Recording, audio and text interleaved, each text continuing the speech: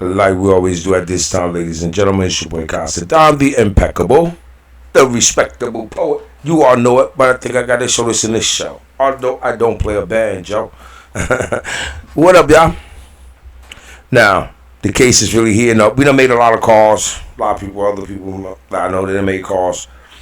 We pushing the issue. We pushing the envelope. So I heard a little thing. They said that the case is really under investigation. It's a lot of strings being tied and pulled because people was trying to lie and cover things up. But they have things that they're asking, like if the killer didn't know her, why he had to disfigure her body, why he had to cut her body up in pieces if he didn't know her. Because if it's somebody that didn't know her, they wouldn't have cared about her body because it wouldn't have tied back to them. But for this, half of her body is just in his car down the street from a rental property that he lived in, makes him suspect number one. Now, here's an investigator, and I would like to give shots out to Law and Crime and Sidebar with Jesse Weber. Shots out to Jesse Weber. Much love to you, my brother. Now, Jesse Weber got an investigator on the show, and they broke down the case, and he said how they pick out who is a suspect, and from just looking at her body, the remains, and at the crime scene, which all ties back to D. But this is how they kind of see who they suspect is. Watch this. There's some question in terms of why the killer reportedly chose to dismember this young woman. Sometimes the killer will dismember the victim because if they do that and disperse the remains over some space, and particularly certain body parts aren't found, it makes it harder to identify the victim. Now, people that kill strangers don't usually need to worry about the victim being identified because there's nothing that connects to them. So the only time the identity of the victim is a problem for the killer is if there's some known relationship. Look, I'm gonna say. Now, what relationship do you guys think that was? Now, check this out, right? I'm gonna show you. Y'all see how he looked in the beginning. Look. Now, first when David came out, he almost looked like Rihanna's little brother. Looked like Rihanna's little twin. Looked like Rihanna with a wig on. Looked like Rihanna as a boy. If I was a boy. Anyway. Yeah. He looked like this, right? Now check this out. And then look at him again. Now, listen, man. I could just be fucking reaching, because I do reach a little bit. I ain't gonna lie. I got a long arm. I reach sometimes, right? I could be reaching. This could have been before the fame. I don't know. But from what the investigator said, some of the things that they look for is how people change the way they act. Their routine changed. His routine changed. He canceled the whole tour. He went from looking like Rihanna to looking like Chingy. Boy lost major weight. Along that time and this time, he had a lot on his mind. Look like, don't like he got a lot on his mind right now.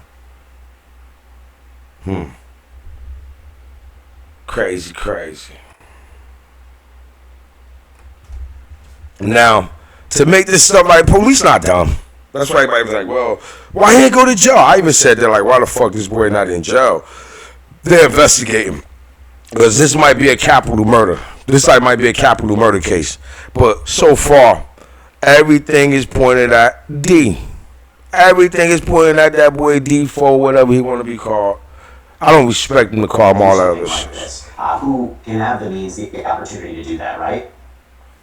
Well, we have to kind of keep the Occam's razor principle in mind. I mean, this vehicle was registered to David Burke. It was apparently towed from across the street from a home that he was renting. So the simplest theory would be that this crime happened in or near the vehicle and likely by David or somebody close to him with access to the vehicle. That said, as an investigator, we have to keep in mind until the investigation is complete and all the facts are in, that we don't know yet all the facts. We need to think about what we don't yet know, and as an investigator, while you want to trust your intuition and the wisdom of your experience and your common sense, we have to remember that just because you did 100 of these cases and it always turned out this way, and the answer would.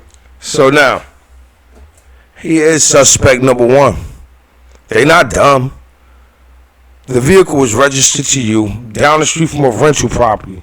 What was you thinking about, young bro? Like, what was you thinking about? Now, we have to sit here and watch this family bury this little girl. But like we said in other videos, we don't give the mother credit for doing what she had to do for this young lady. This girl was all over Discord, TikTok, YouTube, whatever. She was out there doing her thing. She was interacting with people. People knew who she were.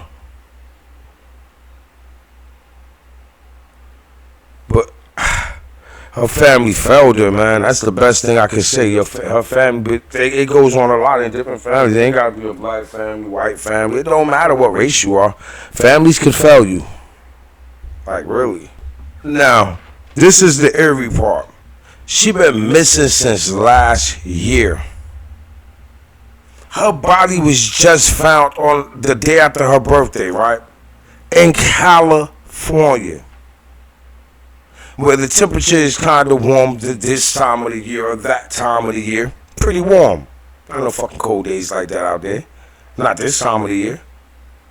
So that means that when she was put in that car, her body will decompose rapidly. Where the fuck did they have her body at all this time now? Because they put it in the car, it ain't take no time but a week or so for it to decompose. She was missing since last year. Make it make sense. Where the fuck did they have her body at? That's why they had her cut up and they found pieces, because she was stuffed in a freezer somewhere, locked away. Hey, let me mind my business, man. These people is weird, man. But listen. The answer could still be why. So we have to keep an open mind. But certainly there's a lot of publicly available information that seems to point to the involvement of David Burke in the death of this child. By the way, what causes decomposition and how quickly does it happen? Decomposition is a natural process once the person is no longer alive, and it's affected by a lot of factors, including temperature and whether the body is protected in some way. In this case, in the trunk of a vehicle in Los Angeles in the late summer, it's likely that decomposition would happen very rapidly. I want to get into some of the key updates in this case. Now, that body would decompose in California very rapidly. She's been missing since 2024. Where were they storing her body? Her body was not in that Tesla the whole time. Her body obviously was not in the Tesla the whole time. The Tesla supposedly had cameras. Can't wait till they get that details, and they talk about it, about they trying to get information and camera footage and all this shit. Where you think they getting that footage from? They gonna, man, listen. If they prejudge him now and be wrong, they gonna fuck the case up, y'all. Now, check out what he finna say, right? Go back and look at the news right now. Look at this big thick lady, Lord have mercy. Go look at the news right now. And that boy D4 whatever breaks lease on Los Angeles home as investigation into the teen's death continues. So this house that he finna talk about, he broke the lease at Harlem National. He stopped his show. He stopped his tour. Hard ass. Broke his lease. Hard ass. That boy probably out the country right now. While they sitting up here laughing and playing. Listen. ABC News, police executed a search warrant at a Hollywood Hills home on September 18th where David had been staying. They seized a computer. They seized other items of evidence. Sources told the Los Angeles Times that David had been renting the home, which the LAPD confirmed to Forbes was on Doherty Place. That's not far from where the Tesla was reportedly abandoned. And Matthew, actually, let's just start there. What does a search like that tell us about where investigators are focusing? How significant is it that they removed electronics and other materials from this property? What does this tell you? Now, I'm going to tell y'all again, before he get into what he finna say again, shouts out to Law and Crime. Credits goes out to Law and Crime. Shouts out to Sidebar. Shouts out to Jesse Weber. Now listen, right? This property that they went and took the computers and the hard drives and all that bullshit from, right? He abandoned the apartment too. He abandoned the car. He abandoned the tour. He abandoned the crib. What y'all think next? Y'all think he gonna sit around and wait for y'all to come get him, huh? Okay, keep thinking that. Well, in order to get a search warrant, you need to be able to articulate to a judge that you have probable cause to believe crime has been committed and that evidence of that crime is going to be found in the place that you intend to search. So just because you search somebody's residence or vehicle or other property doesn't necessarily mean that that person is your suspect in the crime. It simply means that that place is likely to have evidence related to the crime. So certainly they had to meet that legal standard in order to execute the search warrant. And I'm sure that in addition to looking for physical evidence, forensic evidence within the residence, as you said, they are seizing electronic evidence. And that's going to be critical in this case. I mean, just from what's already been reported publicly, there seems to be a lot of online communication between people who at least appear to be David and Celeste, going back maybe as far as 2022 when she was 11 or 12 years old. There's also a lot of communication, again, just being posted online between David and other parties that appear to have some knowledge, at least of his. Now, yeah, I'm gonna tell you the more effed up part. They're trying to say right after they did that video when she was like, "Yeah, raping kids is horrific too." When she said that, that's right around the time that they're trying to say that the girl went missing. 2024. Lord. Now, anyway, listen, right? Remember I was saying, I feel like her mother and them, they, even if they had a missing persons report out on this girl, what was the police doing that they didn't see her on the internet and everybody else seen on the internet? Like, where was they at? Okay. The message that was obtained by TMZ reads, "We, the Discord and Twitch staff teams, want to clarify what we knew and didn't know regarding Celeste. We were not aware of her true age or that she was a missing person. We also did not have any contact with her outside of what was made public. From what was shared in David's Twitch streams and from her role in the server, we understood her to be around 18 to 19. Now, it's not clear which administrator made this statement, but Matthew, that's interesting, right? It is interesting, but I don't really know how relevant it is in terms of this criminal investigation. Yeah, they just covering their ass like, yo, we did not know she was a minor and a runaway, but if she was a runaway, she was right there online, and the police ain't see this here. This boy is a megastar. Nobody's saying that the missing girl that y'all was looking for since 2024 was all over the internet with him.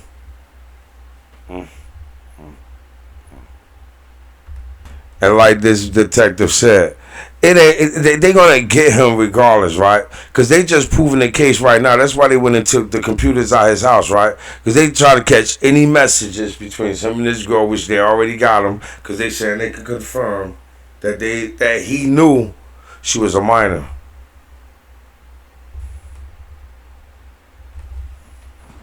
And all the publicly available information appears to show that he knew her age, that he first communicated with her when she was a middle schooler, again, possibly 12 or 11 years old, and that when she left home with him in the first part of last year, she was only 13.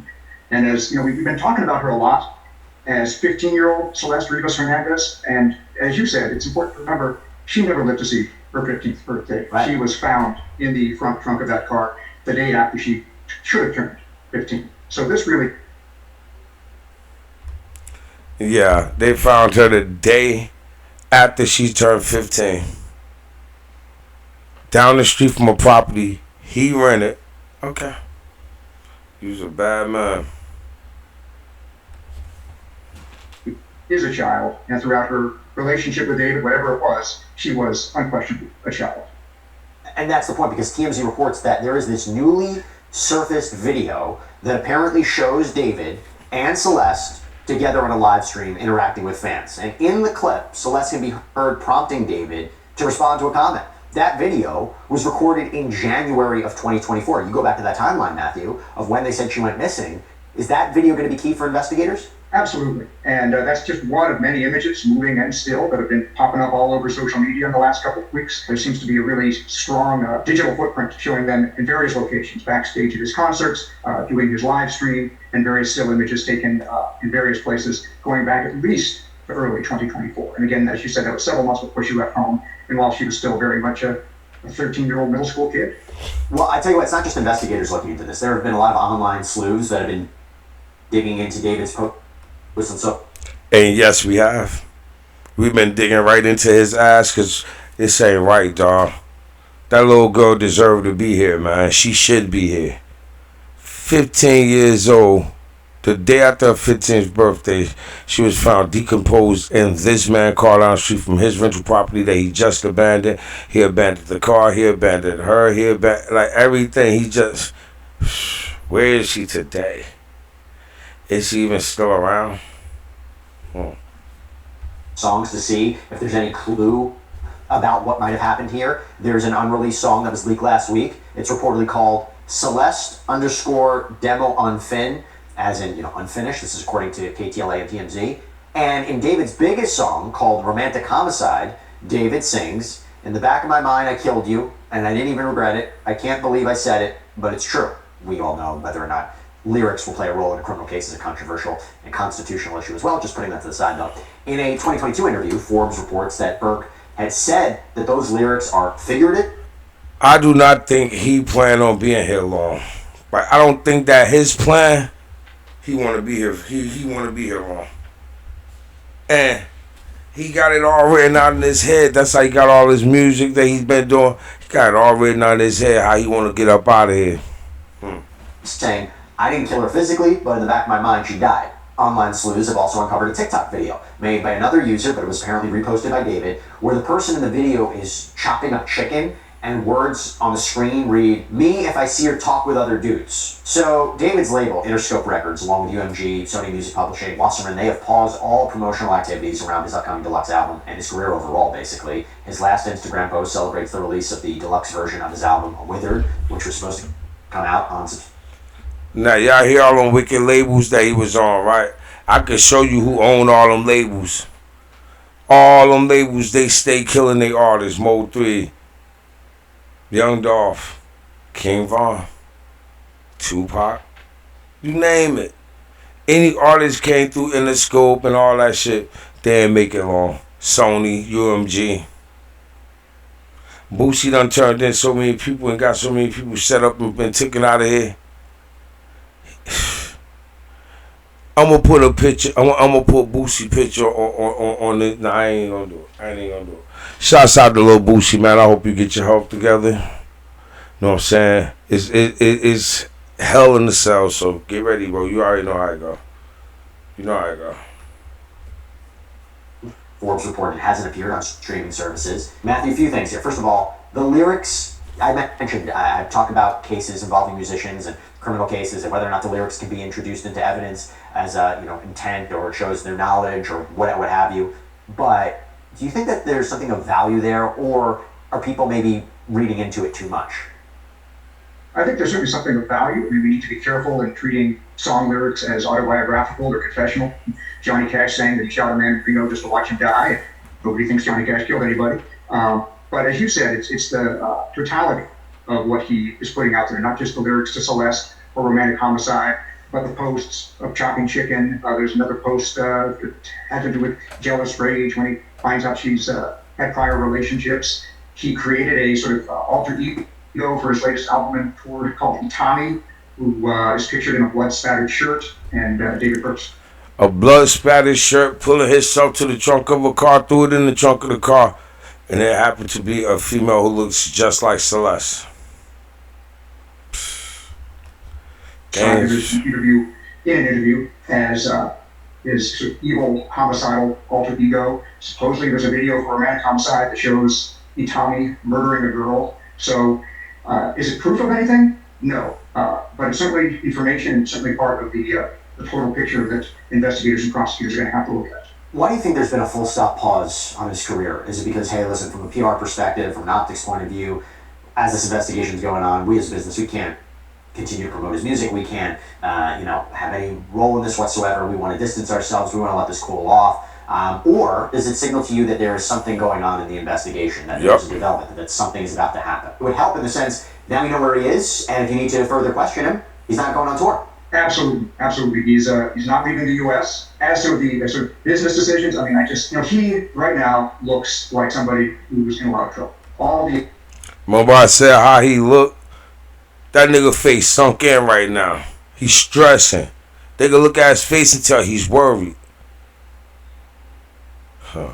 Justice for Celeste. Available information right now seems to point to him. I can't imagine any publicity-conscious business wanting to continue an association with him or wanting to promote him at this time. That, though, is a different calculus than is he guilty of homicide, and can that be proven beyond a reasonable doubt? So there's the optics right now, which seem to point very strongly to his guilt. That may yet prove to be the case, but we're still a long way off from even at this point, apparently probable cause for arrest, much less guilt beyond a reasonable doubt. We got to talk about this next development. It's pretty wild, okay? A Southern California teacher, who is, by the way, not yet been named by law enforcement, revealed, or apparently revealed in a TikTok video, that Celeste had once been a student at Lakeland Village Middle School. In that video, Man, F that teacher too, pervert. You probably was sleeping with her too, nigga. Challenge for investigators, because this is these are new media formats, quite frankly. A lot of robbery homicide detectives are middle-aged people like myself who aren't really savvy in these newer forms of media. So I would absolutely hope that there is attached to this investigation somebody who is a lot more social media savvy, and probably, frankly, a whole lot younger than me, because that's really what this investigation is going to have to include in order to really stay on top of all the leads. yeah, and trying to corroborate that story would be interesting too. Could the TikTok post itself be treated as potential evidence? Is it just more of a lead that they then follow? What do you think?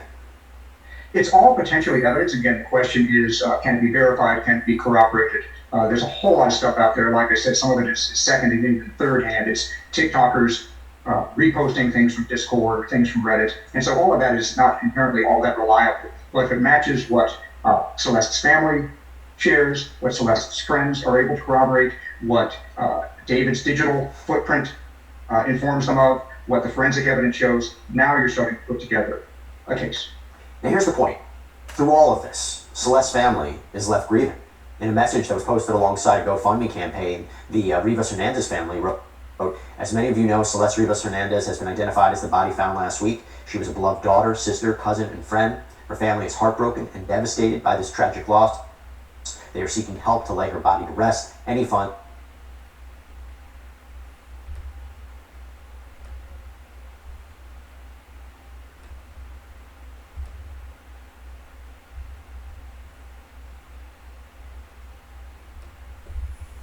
Well, if it matches what Celeste's family shares, what Celeste's friends are able to corroborate, what David's digital footprint informs them of, what the forensic evidence shows, now you're starting to put together a case. Now here's the point. Through all of this, Celeste's family is left grieving. In a message that was posted alongside a GoFundMe campaign, the Rivas Hernandez family wrote, "As many of you know, Celeste Rivas Hernandez has been identified as the body found last week. She was a beloved daughter, sister, cousin, and friend. Her family is heartbroken and devastated by this tragic loss. They are seeking help to lay her body to rest. Any funds you are able to donate are greatly appreciated." Matthew, do you think an arrest is imminent here? I mean, we started this case off by not even, there was a question of whether or not they'd be even able to identify the human room. They were able to. So now, long story short, right? They still got it under investigation. They feel like what if somebody else is involved, like the manager? Because they tried to set it up to make us think like, well, he was on tour. They said the girl been missing since 2024, but she was on Discord January. The last time they saw her, January, February, March, April, May, June, July, August, September. So, about 8 months. Little space in between 8 months, but where was it? Who chopped up her body and hid her body where? Guess that's one of the growing. It's your boy Costa Don. Like, share, subscribe. Y'all know how we do it. I'm up out of here. Thank you to my moderators. Thank you to my subscribers. Thank you to people rocking my channel. And always remember, I take my motherfucking craft very serious. Please watch your comments. Don't come at me sideways and be like, oh, I'm just playing. Nah, because I'm telling you now, it ain't just me. My moderator's going to see what you doing, and one of them going to block your ass. And you're going to be like, oh, Cons blocked me. Hey, listen. I'm giving fair warning here. The shit is real. It's real over here. Now, thank you to my moderators. Thank you to my subscribers. Thank you to everybody who rock with the channel. If you're not a subscriber, please take your time out and hit that subscribe button. And if y'all didn't hit that like button, please take your time out and smash the like button. It's your boy Costa Don. Salute. I'm out.